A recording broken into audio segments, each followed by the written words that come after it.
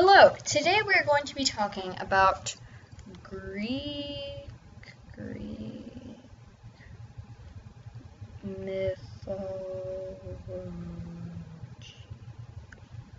And Greek mythology is one of my favorite subjects to talk about because, for one, it explains how things came to be.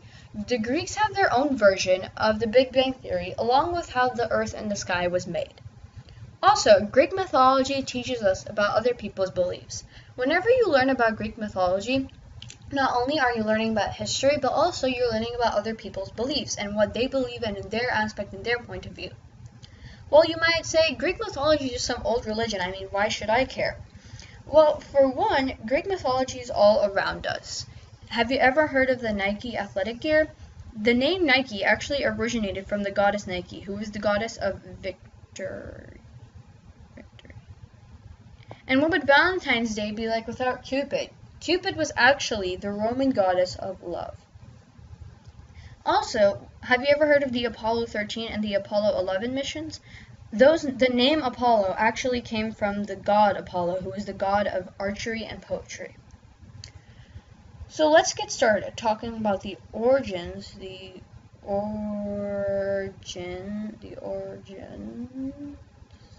of Greek mythology. So let's start from the beginning. I mean the very beginning, before the earth was even created. So before the earth was created, there was this god, and his name was Chaos. And chaos was this vast area of nothingness. But wait, you might ask, how can a god be nothingness? Well, chaos was actually the human personification of that nothingness. And human personification is a reoccurring theme throughout Greek mythology, and we'll see it throughout the video. So then Chaos decided to create Gaia. And Gaia was actually the earth goddess, and that's where we get the name Mother Nature from.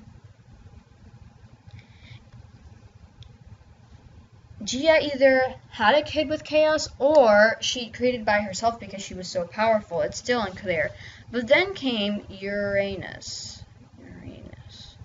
And Uranus was the human personification of the sky, and we're not talking about the planet Uranus.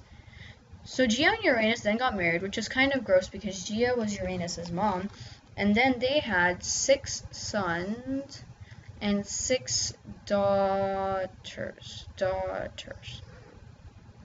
And Gaia and Uranus did not like each other, so Gaia persuaded one of her kids, Kronos, which is the child that we'll be talking about today, to kill Uranus. So Kronos then killed his dad, Uranus, but then while he was killing Uranus, Uranus issued a curse on him, saying that your kids will overtake you. So Kronos, despite the curse, still had kids, and he found out that they were very powerful, so he then ate them whole. And he ate all of them except for one, which was Zeus, and then Zeus overtook Kronos, and they started the reign of the Olympians. So now I'm going to show you this picture of a book that I had, and it's a really interesting book, and it has all the pictures of all the people that we're going to be talking about today. So first we're going to start with Hestia, and as you can see, Hestia was in the background, and she's blowing on some kind of fire. Well, that fire that she's blowing on is actually called a hearth. And hearths are basically like fireplaces, and they're very nice and cozy, kind of like an actual fireplace.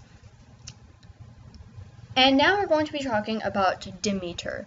Demeter, as you can see here, is crying, and she's holding grains, and she's crying because her daughter Persephone, who's the girl in the picture, was kidnapped by Hades. And also, Demeter was the goddess of the grains, foods, crops, etc.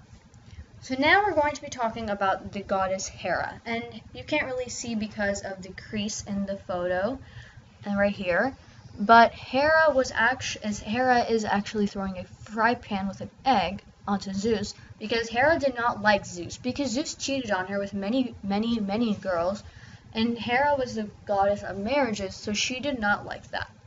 Next, we're going to be talking about Hades. Hades was the god of the dead, and Persephone was his queen, And he had this three-headed guard dog, Cerberus, who was basically, and he guarded the underworld to make sure that nobody got out and nobody got in. Next, we're going to be talking about Poseidon, and Poseidon was the god of the sea, and I especially loved his appearance in Percy Jackson.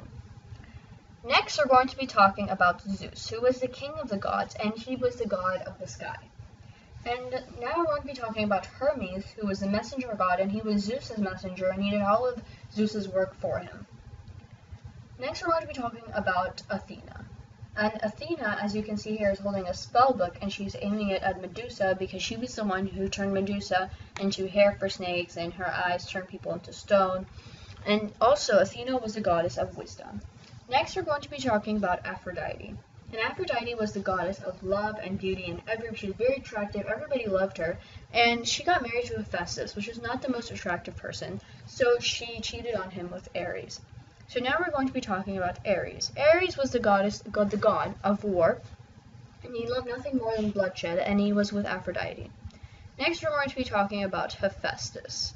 And Hephaestus was the god of metalsmiths and forges and blacksmiths, and he forged most powerful weapons. Finally, we're going to be talking about Dionysus. Dionysus was one of the younger gods, and he was actually a demigod, and then they made him a god. And he was actually the god of wine, as you can see with the grapes, and partying, as you can see with the party hat.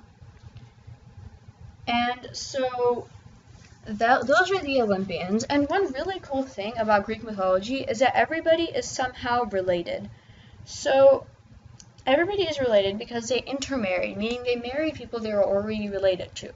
And if you have a Greek family tree and you check it out, everybody is somehow related. So if you choose two random people, they're somehow related. So let's see that in action. So over here we have a snippet of a family tree, and let's just choose Atlas and the Cyclops. So Atlas's father, Iapetus, who was the son of Gaia, and Gaia's had the children Cyclops, so that means the Cyclops are basically Atlas's uncles. And now we're going to do just a quick review of the gods. So over here we have Zeus, Hades, Poseidon, Athena, we talked about Persephone a little bit, had Hermes, Hephaestus, Demeter, Ares, Aphrodite, Dionysus, Hestia, and I believe that's it. So thank you for watching, and I hope you enjoyed my video.